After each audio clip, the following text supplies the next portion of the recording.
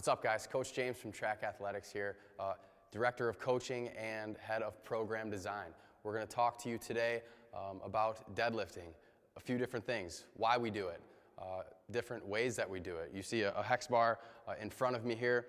Also, how to safely load and unload your barbell, training with and without a partner. First, let's talk about why we deadlift. We deadlift here. It is one of my favorite movements. We deadlift here because it is super functional, right? Learning safely how to pick something up off of the ground. It translates to everything we do in life, right? Super functional fitness at its finest, all right? Let's talk about why we use a hex bar. The first reason, the most important reason, we can keep it super close to the center midline of our body, right? We can put our weight back a little bit further on our heels, making it more of a squatty, a quad dominant move. At the same time, it's still great for pulling strength, right? Let's talk about two ways to load and unload your barbell. First, if you're training with a partner, right?